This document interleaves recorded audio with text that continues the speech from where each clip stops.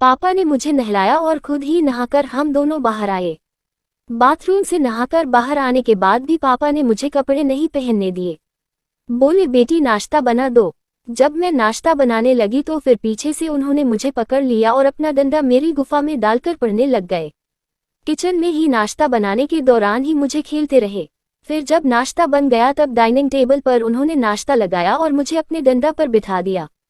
हम नाश्ता करने लगे। इस दौरान उनका डंडा मेरी गुफा के अंदर था। वह मुझे बाहों में लेकर पे रहे थे। नाश्ते के साथ साथ कभी कभी मेरी संतरों को चूसने लगते। शायद नाश्ते के साथ साथ उनको दूध की भी जरूरत थी। फिर कभी मेरे चेहरे को भी छूटने लगते और गालों को भी काटने लगते।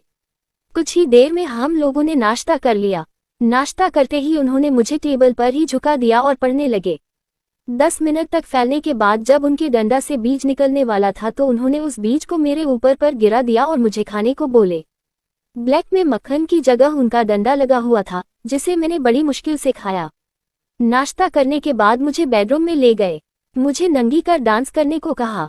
मैं डांस करने लगी। डांस करने के दौरान पापा ने मुझे खेलना शुरू कर दिया। पापा कुछ देर मुझे बेलते और फिर छोड़ देते। फिर 10.25 मिनट तक सिर्फ मेरी संतरों और गुफा के साथ खेलते और फिर मुझे बिठाकर मेरे मुंह में माल फैलने लगते। जब औजार पूरा खड़ा हो जाता तो फिर से मुझे पढ़ना शुरू कर दें। पापा का औजार जल्दी नहीं झाड़ता था, इसीलिए वे एक ही बार में आधा आधा घंटा तक खेलते रहते थे। इस तरह शाम तक उन्होंने मुझे कई बार बुरी तरह से थुकाई की। शाम तक मैं पूरी तरह थक चुकी थी। मेरी गुफा बुरी तरह जल रही थी। शाम को मैंने पापा को बोल दिया, पापा अब आज अपनी बेटी की गुफा को छोड़ दीजिएगा, मैं आपका चूसकर शांत कर दूंगी। रात में मैंने उनका चूसकर रस निकाल दिया और पी गई। फिर दूसरे दिन सुबह सुबह ही पापा ने नींद में ही मुझे ठुकाई शुरू कर दिया। इस तरह 13 दिन तक पापा ने दिन रात मेरी ठुकाई की। पापा मुझे कभी कुतिया बनाते तो कभी खड़ा करके हर तरह से ठुकाई करते थे। हम बाप बेटी दिन रात करते रहे। 14वें दिन मम्मी वापस लौटी। उस वक्त 4 बजे बज रहे थे। घर में सिर्फ मैं और पापा थे। उस दिन पापा ऑफिस नहीं गए थे। मैं पापा का चूस रही थी। जब दरवाजे का बेल बजी, हम उस समय ये भूल गए थे कि मम्मी आज वापस आने वाली है। बेल की आवाज सुनकर पापा टॉवल लपेटकर दरवाजा खोलने चले गए। मैं बिस्तर पर नंगी बैठी उनके आने का इंतजार करती रही। लगभग 5 मिनट बाद मेरे रूम का दरवाजा खुला। मैं सोच रही थी कि पापा ही होंगे। दरवाजा खुलते ही मेरे मुंह से निकला हुआ है, पापा जल्दी आओ ना। मैं मेरे आगे के शब्द हलक में ही घुटकर रह गए। जब मेरी नज़र दरवाजे पर खड़ी मम्मी पर पड़ी, मेरे हाथ जो पापा को बाहों में भरने के लिए उठे थे, नीचे झूल गए। मम्मी की आंखों से चिंगारियां निकल रही थी। उनके गुस्से से भरे चेहरे को देखकर मेरी सांस रुक सी गई थी। मैं डर के मारे थर थर कांप रही थी। किसका इंतजार कर रही थी? नंगी होकर मम्मी चिल्लाए, तलमुही कौन है तेरा यार जिसके साथ तू मेरे बीच पीछे गुलछर्रे उड़ा रही है? लेकिन इस घर में तो अभी तुम और तुम्हारे बाप के अलावा कोई नहीं। कहीं तू? मम्मी बोलते बोलते रुक गई। मैंने कोई जवाब न देकर चुपचाप अपनी नजरें झुका ली। मम्मी एकदम से पलटी और बाहर चली गई। मुझे समझते देर नहीं लगी कि आप पापा की बारी है। मैंने जल्दी से कपड़े पहनी और बाहर आ गई। तब गूंगे क्यों बने हुए हो? जवाब क्यों नहीं देते? कहते क्यों नहीं कि तुमने अपनी ही बेटी के साथ मुंह काला किया? पापा चुप थे। मम्मी का गुस्सा 7वें आसमान पर था।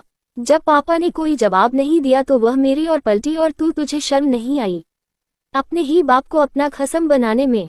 उस हरामी को तो जवान फुद्दी मिल रही थी, वो बहक गया होगा, लेकिन तो तुझे तो सोचना चाहिए था कि जिसके सामने तू अपनी फुद्दी खोल रही है वो तेरा बाप है, इसी के औजार की पैदाइश है। वो बोली और मुझे बालों से पकड़कर घसीटने लगी। मैं दर्द से चीख पड़ी। पापा से मेरा दर्द देखा नहीं गया। वो आगे बढ़े और मम्मी का हाथ जोर से झटक दिया। उनका झटका इतना अचानक था कि मम्मी खुद को संभाल नहीं पाए और फर्श पर लंबी होती चली गई। मम्मी कराहती हुई उठी और लड़खड़ाते कदमों से पापा की ओर बढ़ी। फिर चीखी, तुमने मुझे धक्का दिया। मैं तुम्हें वो इतने गुस्से में थी कि उनसे बोला भी नहीं जा रहा था। जो करना है करो, जिसे बताना चाहो बता दो, मुझे कोई फर्क नहीं पड़ता। उल्टा तुम्हें इस घर से बाहर होना पड़ेगा। तुम मेरा कुछ नहीं बिगाड़ सकती। पुलिस, कानून सब मेरी जेब में रहते हैं। तुम्हारी बात कोई नहीं सुनेगा। तुम्हारी बात केवल रास्ते पर चलने वाले लोग सुनेंगे और उनसे मुझे कोई फर्क नहीं पड़ने वाला। पापा आ गए। बोले, आज तक हम बाप बेटी छुपकर प्यार करते थे, अब तुम्हारी आंखों के सामने करेंगे। तुम मुझे नहीं रोक सकती। हाँ, मैं चाहूँ तो एक कॉल करूंगा और तुम्हें पागल करार देकर पागल खाने भिजवा सकता हूँ। तब तुम फैसला करो कि तुम शांति से इस घर में रहना चाहती हो या पागल खाने में। मम्मी आंखें फाड़े पापा को घूरती रहीं। पापा की धमकी का पूरा असर हुआ था। वो गुस्से से पलटी और अपने रूम के अंदर चली गई। मैं हक्की बक्की मम्मी पापा का तकरार देख रही थी। मम्मी के जाने के बाद पापा मेरे पास आए। तुम चिंता मत करो, यह पागल औरत हमारा कुछ नहीं बिगाड़ सकती। ये ज्यादा ऊंचा करेगी तो इसे पागल खाने भिजवा दूंगा। पापा की बात सुनकर मेरे अंदर का सारा डर गायब हो गया। पापा सोफे पर बैठकर सिगरेट पीने लगे। मैं अपने रूम में आ गई। मम्मी अपने रूम में बैठी रोती रही। वो डिनर के वक्त भी बाहर ना निकली। पापा ने उन्हें बुलाना जरूरी नहीं समझा। रात के 12 बजे बज चुके थे। मैं अपने बिस्तर पर लेटी आज की घटना के बारे में सोच रही थी कि अचानक दरवाजे पर आहट हुई। मेरी नजर उठी तो दरवाजे पर पापा को खड़ा पाया। पापा मैं हैरानी से बोली, तू क्या सोच रही थी? मैं अपनी प्यारी बेटी को अकेली छोड़ दूंगा नहीं पिंकी, अब हम कभी अलग नहीं होंगे। अच्छा ही हुआ कि तेरी मम्मी को